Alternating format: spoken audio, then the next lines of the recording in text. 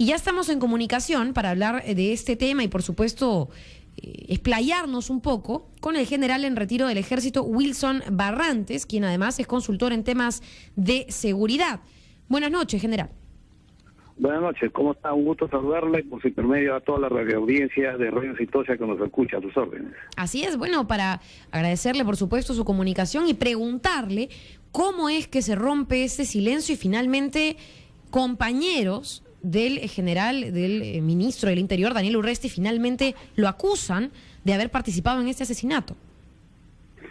Bueno, mire, ya el propio denunciado, en este caso el general Urresti, ha mencionado las razones por las que se estaría dando esa supuesta denuncia en virtud de hechos pasados de la gestión. Y eso, mire, no es el primer caso del que se ha dado.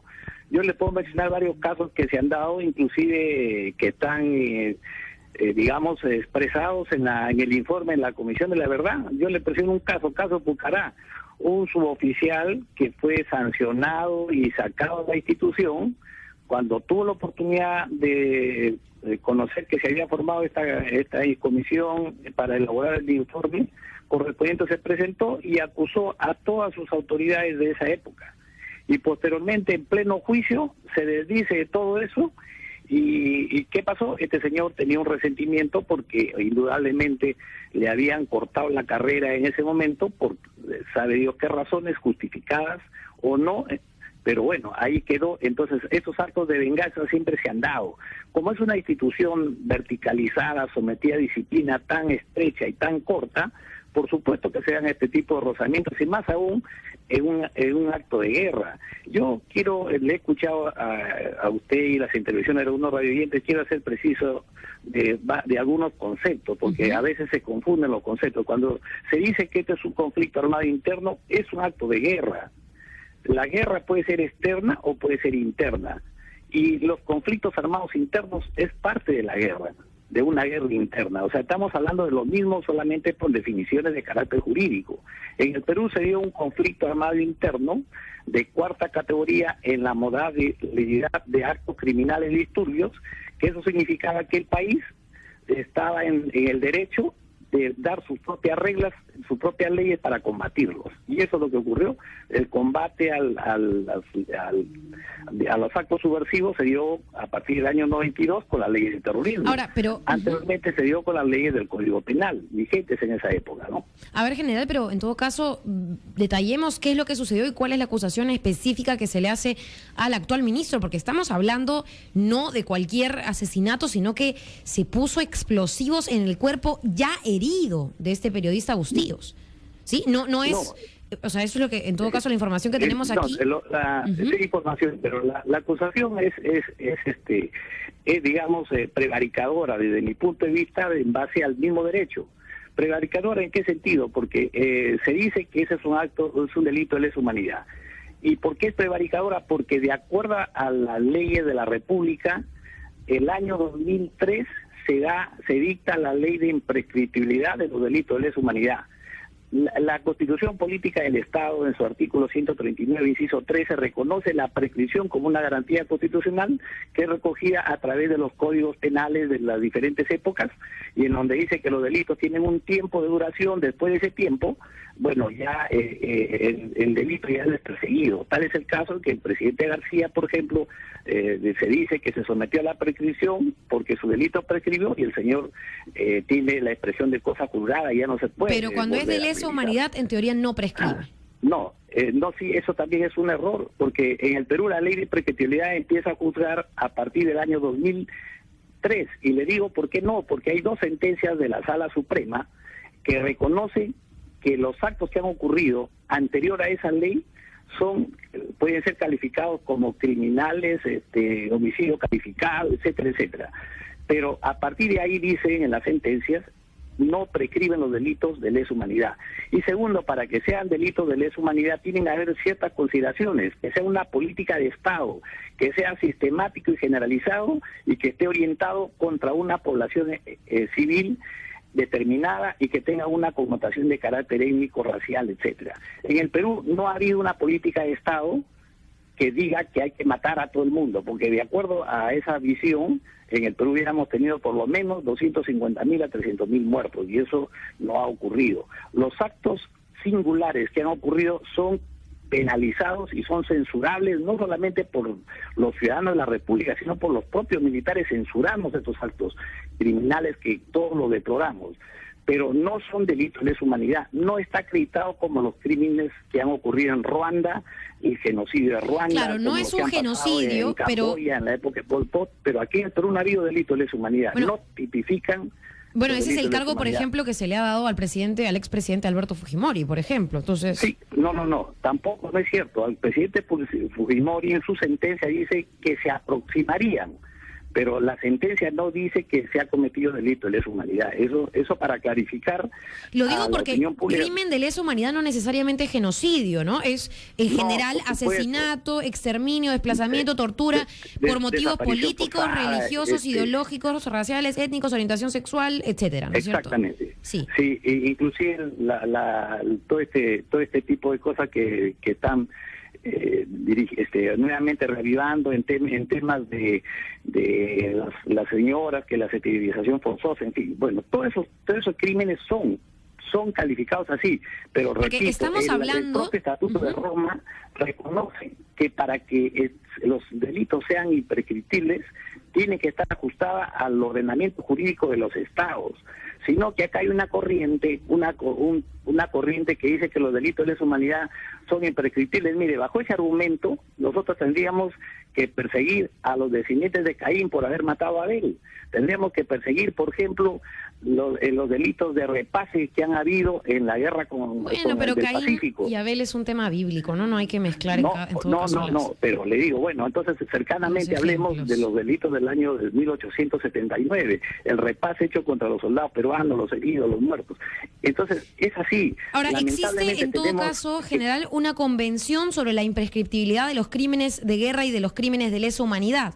Y esto lo dice la Organización de las Naciones Unidas en el tema de derechos humanos, y esto es un tema mundial. Es cierto, en el Perú juegan los delitos de lesa humanidad a partir del 2003, todo ello juega a partir de... El Perú se ha suscrito a todos ellos, reconoce eso, pero nuestra constitución política del Estado peruano recién ha sido modificada en el 2003.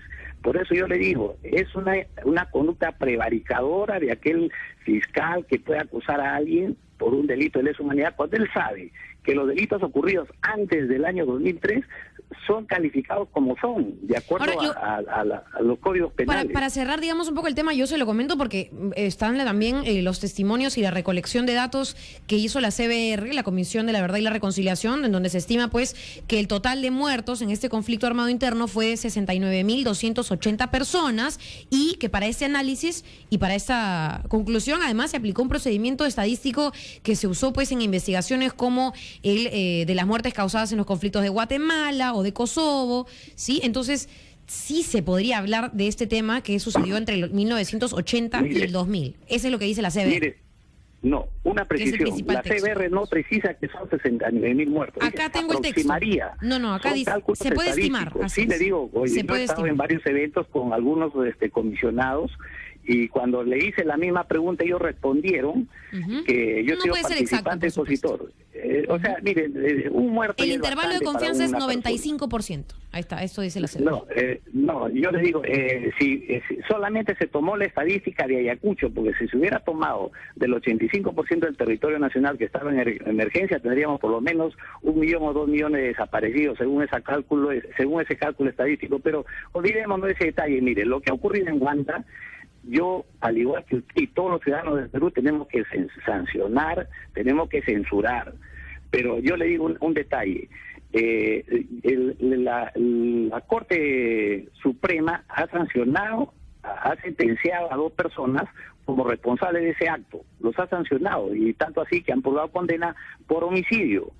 ¿Ya? Luego de en la revisión de sentencia de esas personas, es que aparece este acto de denuncia, aparecen de 2, pero uno de ellos de un condenado y otro de otra persona, de otro testigo, que aducen de que el determinado capitán de esa época, Arturo, habría sido quien habría participado. Entonces, como una pregunta lógica y muy sencilla, por eso yo le decía, que estos actos de acusaciones se han dado en varios sitios que han determinado siendo falaces, porque ya hay 2 procesos en la cual yo he participado como perito que ha dado este tema. O sea, yo no cuestiono, digo, la conducta de esos militares que han dicho tal cosa, porque sabe Dios qué razón. Lo están acusando, pero, ¿no? Los mismos militares. Claro. No, por eso le digo, pero se dan este tipo de casos. Pero lo que yo quiero poner en claro es que, fíjese usted, tenemos que entender que lo que hemos vivido en este país es una guerra. Y la connotación de guerra saca lo peor de lo peor del espíritu humano, de aquellos que están en la guerra. Y la guerra no ha sido del ejército contra Sendero, la guerra ha sido del Estado peruano. O sea, usted y yo y todos nosotros contra quienes se levantaron en armas contra el Estado peruano. Entonces, hoy en día, lo que tratamos de hacer notar es que esta guerra del capitán Urresti contra Sendero no es así. Ahora, ¿de qué razones hubo los que han sido sancionados y sentenciados, si es que se ha probado su culpabilidad, para que el señor periodista lo hayan matado en ese momento, ¿no? Y ese es el asunto. Ahora, cuando se dice que lo han dinamitado, no es cierto. El asunto es que con una granada de mano lanzada hace que el cuerpo se explote, pero no es porque lo han dinamitado, porque el hecho de colocar una dinamita ya es un acto horroroso y le da una connotación de horror. Entonces, bueno, general, y en todo caso, preguntarle, así es, y trasladar un poco esta discusión al tema político. ¿Cree usted que estas peticiones, por ejemplo, de parte de la Asociación de Periodistas que ha pedido la renuncia del ministro Daniel Urresti, se justifican? ¿Cree usted que finalmente el ministro debe seguir o no? Mire, yo creo que el tema, como usted dice, es político, y habiéndose politizado, obviamente, la Asociación de Periodistas, y yo pregunto, ¿por qué no se pronunció anteriormente, cuando murió el señor Bustíos, sobre ese acto? ¿Y por qué recién se pronuncia ahora? Porque ya entramos a una connotación política. Entonces yo ahí digo, si la Asociación de Periodistas tuvo el mismo interés de defender al señor Bustíos, ¿por qué ha muerto? ¿Por qué no protestó? Hizo pública su comunicado cuando la Corte Suprema sancionó por 17 o 15 años a esas personas. Entonces, ¿por qué ahora? Entonces ahí viene la connotación política. Escuché también a la señora viuda del señor periodista que pide la renuncia del señor ministro. Entonces la señora, ¿qué estaría buscando? ¿Estaría buscando la renuncia? ¿Está buscando la justicia para su esposo? Yo creo que ahí se mezclan las cosas, por eso que en estos casos hay que poner paños fríos, y yo sí creo que ya es momento que el país debe estar en un proceso de reconciliación plena, porque no podemos estar dividiéndonos en blancos y negros y seguir, pues, yo le digo, si de acuerdo a ese informe, y he escuchado a varios miembros de IDL que dicen que en el país habría 5.000 fosas, y yo siempre hago esta reflexión, 5.000 por 40 personas vinculadas a estos procesos, estamos hablando de 200.000 peruanos, 200.000, y resolver un proceso judicial de 200.000, señorita, nos vamos a demorar 100 años y no vamos a resolverlo. Entonces yo creo que este problema tiene que pasar por poner en agenda y discutirlo como lo estamos haciendo ahora, para entender de que vivimos una guerra y que todos somos responsables, los políticos en especial, aquellos que han sido abusadores en su determinado momento y hoy día se han vuelto, santos, porque ya están pidiendo otro tipo de cosas, cuando hay responsabilidad política de todos los políticos, los que generaron el caos social para llegar a ese estado de casos el año 80. No nos olvidemos que tuvimos un episodio el año 65, luego hemos tenido otro el año 80, y no hemos parado, y esto terminó el año 1999, y hay algunos que siguen inventando que seguimos terrorismo. Por favor, yo creo que es necesario reflexionar el tema y entrar a un proceso de verdadera evaluación nacional de todo lo que ha ocurrido en el país, y hagamos pues esto una catarsis nacional en donde, digamos, todos nos sentemos, pues, ¿qué ha pasado? ¿Por qué llegamos a esto? Para que no se vuelva a repetir, como usted dice, tenemos que ponernos todos a repensar este problema y darle un trato distinto y buscar una solución definitiva a este problema, y a partir de aquí adelante tenemos que empezar a reconstruir nuestro país para efecto de llegar al bicentenario en mejores condiciones, pero no estar a cada rato tocando las heridas. Y la mejor manera de reconstruir esto, el tejido social roto por la guerra interna, que es la reconciliación, es justamente empezar por reparar estos actos. Y por supuesto, algunos dicen, sí, perdón y sin olvido. No, pues, entonces, ¿cómo me reconstruyo si no hay perdón y olvido? Entonces tenemos que llegar a ese tipo de cosas, ponerlo en agenda y reconsiderar este tipo de cosas. Ese es un punto de vista que debemos ya empezar a tocarlo por la salud del país y por la salud de la democracia, ¿no? Bien, general Wilson Barrantes, le agradecemos mucho su participación en Radio Exitosa. A usted, muchas gracias por la llamada, a sus órdenes. Buenas noches. Son las